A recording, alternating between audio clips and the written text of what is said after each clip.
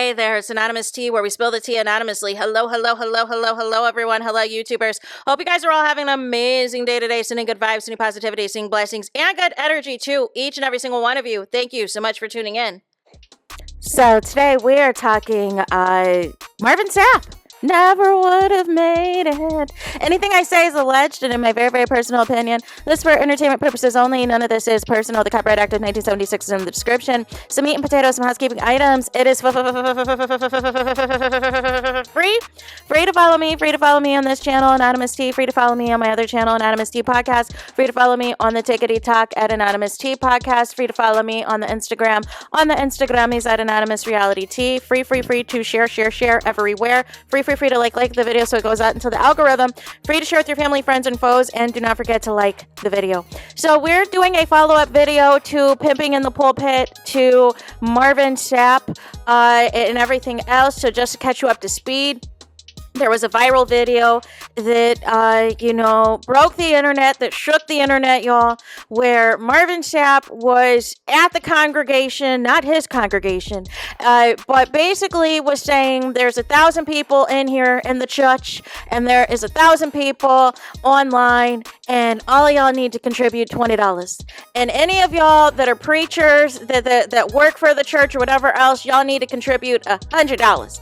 $100, all about the Benjamin's baby, because he has a goal, Marvin Sapp has a goal of $40,000. Well, this obviously garnered a whole bunch of backlash, and Rickey Smiley decided, hey, I need to put on my cape. I need to protect my celebrity friends. I need to have them come on here and say their piece and da-da-da-da-da. And I'm going to give you the the highlights of it all. The highlights of it all is basically Marvin Sapp is saying, I didn't say lock the door, I said close the door. What's the difference? What is the difference? What is the difference? The doors of the church are supposed to be open. The only time the doors of the church should be closed is when the pastor is preaching. Outside of that, you should be able to come and go as you please. Make it make sense. Now, like I said, not at my church, but there have been a couple of other churches that I've been to in my lifetime where they for real said, lock the doors. Lock the doors. Nobody is coming out. Nobody is getting out until you give at least $20. And then some had the audacity to try to do 3 or 5 offerings, and it wasn't even a church service. For one of the things, it was a book signing. It was for them, the pastor, to promote the book. And had the audacity, right? So Marvin Sapp is upset, right? He is upset in this Rickey Smiley interview, talking about he never said lock the door. He said basically this was at a convention over a year ago, and they were trying to take up donations to cover the cost of the convention. No. What do you mean to cover the cost of the convention? Didn't people pay to attend the convention? No. Then Marvin Sapp wants to go on about how at his own church, he doesn't take a salary. However, they allegedly make $30,000 a month. Well, I don't think you need a salary if the church is bringing in $30,000 a month. But nonetheless, he is upset because he said that apparently him and his family are receiving unalive threats, and that his staff is scared and nervous because there's been a lot of people now that have been coming up to his church to complain. There's been a lot of people, his employees are afraid of the people that are coming up to a complaint. People are protesting and da-da-da-da-da-da-da. Here's the thing, y'all. Here's what I always say. Regardless of anything else, first and foremost, y'all, like or dislike or indifferent about anybody, I am against any type of unaliving threats in any capacity, or any type of threats in any capacity, any type of violence in any capacity. It is unnecessary.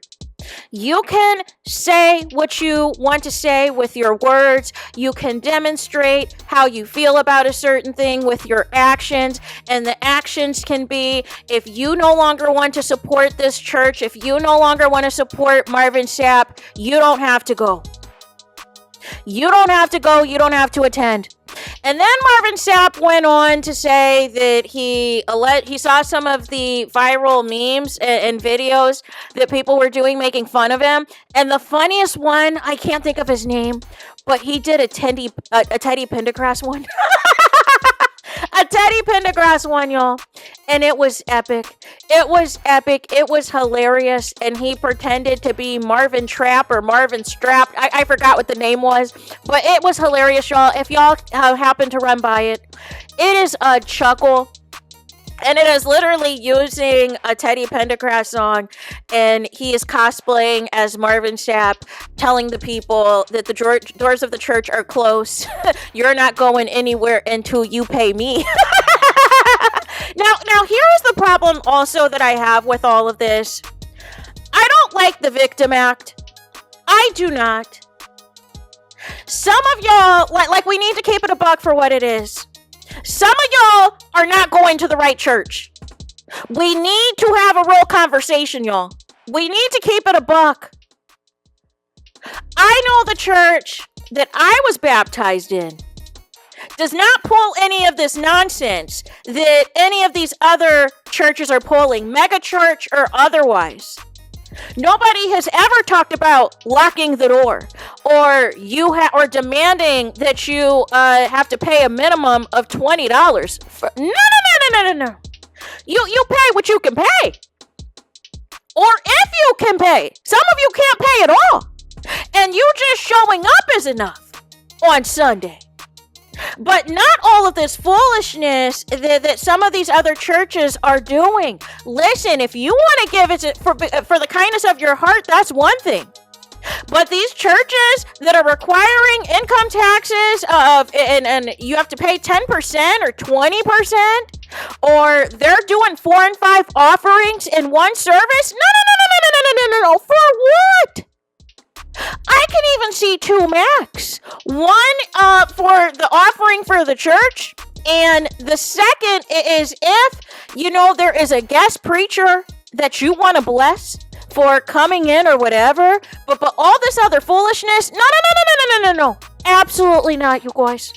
Absolutely not. Or if there is a random special collection for something, right? But, this foolishness that Marvin Sapp is trying to flip the script on, no! Because there's been people who have spoken out, who have been to his church, who have said that he's done this before at his own church. So now that you don't like the backlash, now you're trying to switch it up and say, oh, no, that was a year ago. That was a year ago. I'm not about that life now. No. You've said something at least similar to a church that you were at, your own church, for you to feel comfortable to say this at a convention full of strangers. And having the audacity to tell the other preachers and the members of the choir and everybody else that was there near the pulpit that they needed to contribute at least $100. See, some of y'all act like $20 is not a lot of money to some people. But some of y'all need to keep it a buck. That $20 is a lot of money to some people. And that's just what it is. Whether you got the money or not, $20 is a lot of money to some people. And it is abnormal to demand, from these churches, hey, you got to pay this. You got to give this and this and this in the offering. It should be about the worship. It should be about the fellowship. It should be about hearing the word and you understanding the Bible better and you applying what you learn in that sermon to your everyday life. It should be about you congregating with like-minded people that are in that church, especially if it's at a church that you have been at for a long time that you are a member of. It should be about, knowing full well who the pastor and the first lady is and everything else. Who your deacons are, who your trustees are, who your ushers are, who the nurses are. That is what church is about. It is not about all of this other foolishness that these other churches are trying to tell you.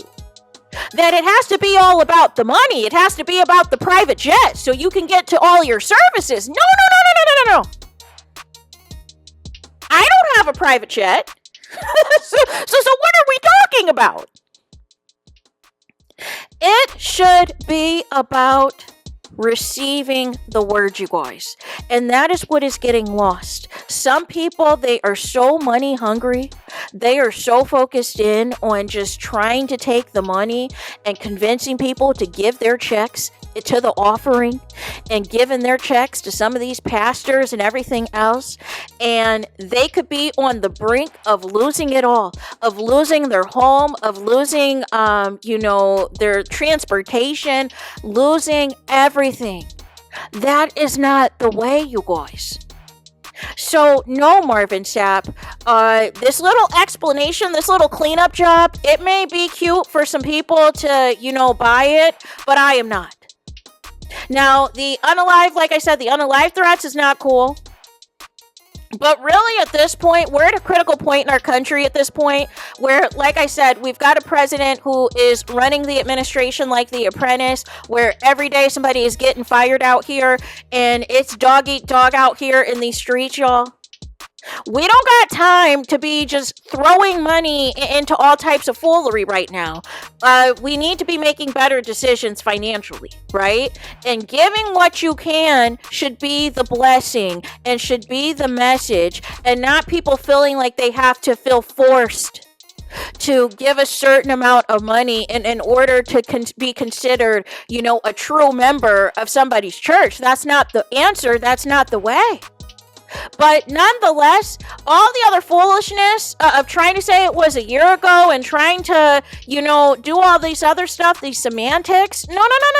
You know exactly what you were trying to do. You knew exactly what you were trying to say, and it backfired, y'all. So there's that. That's all I got. Let me know your thoughts in the comments. Please do not forget to like, comment, and subscribe. Hit the notification bell so you're notified the moment I post new content on my channel. And with that being said, I'll talk to you guys again very soon.